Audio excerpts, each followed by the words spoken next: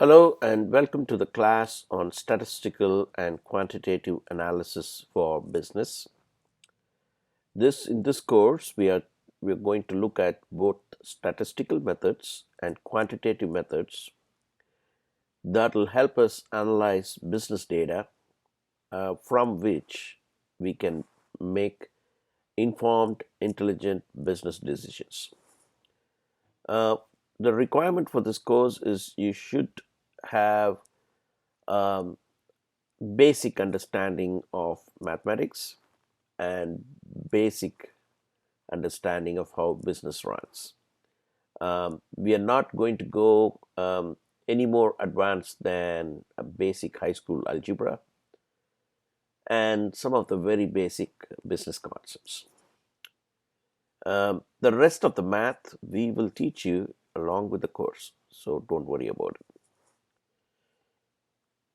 We'll start with statistics, and in statistics, we have this concept of descriptive statistics and inferential statistics.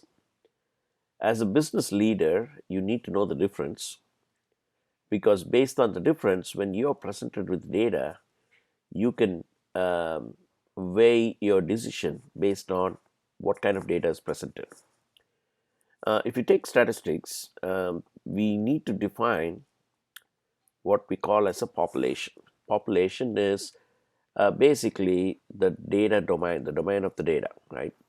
Um, and it doesn't necessarily mean just people. It can be things like measurement, right? Profit and loss, for example. In statistics, you are free to choose the group. In other words, the domain which you're choosing doesn't have to be very broad, right? So let's say that you're only studying the marketing department of your organization. That could be the population for the statistic. Now, the other thing that you need to understand is um, in some cases, it is quite possible to study the population on the whole and collect statistics from it. But in many cases, it is only practical to take a sample of that population and then collect your data from that sample. Both methods has its own advantages and disadvantages.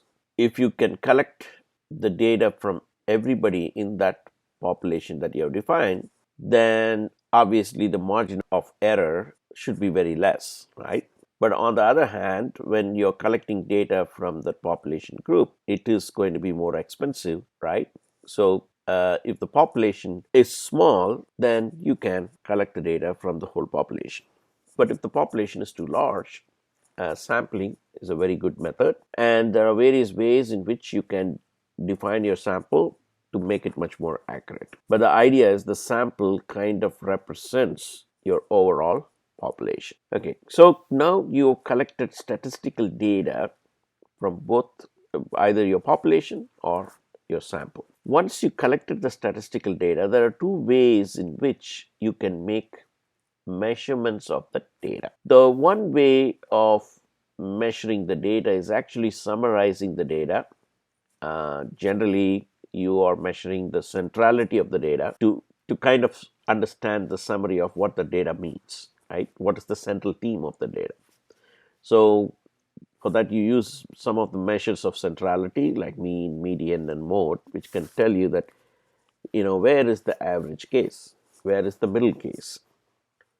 And then you also sometimes need to describe how distributed is your data. And the best way to measure that is using the measures of distribution such as standard deviation and variance.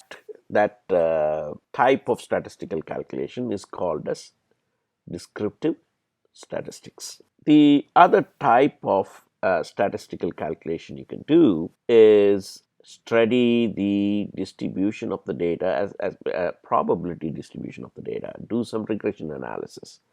See if your data can be represented in the form of an algebraic equation, right? Find the correlation, do some correlation testing, do some hypothesis testing. All these are predictive calculations, right? That's why they're kind of inferential. So you're kind of taking the data and you're inferring some information from that data, right? So if you are going to make these inferences mostly based on probability theory to figure out what that data really means in the future.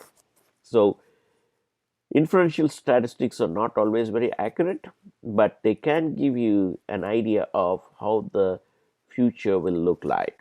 And that's very useful for managers to make decisions about something in the future. And in inferential statistics, one other thing that you need to measure and study and understand and maybe even reduce is the margin of error, because inferential statistics is never accurate, right?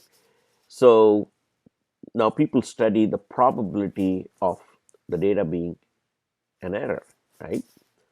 So you would have seen statistics which says that this one we have 95% confidence on the data, right? That means 5% the data may be wrong, the calculation may be wrong.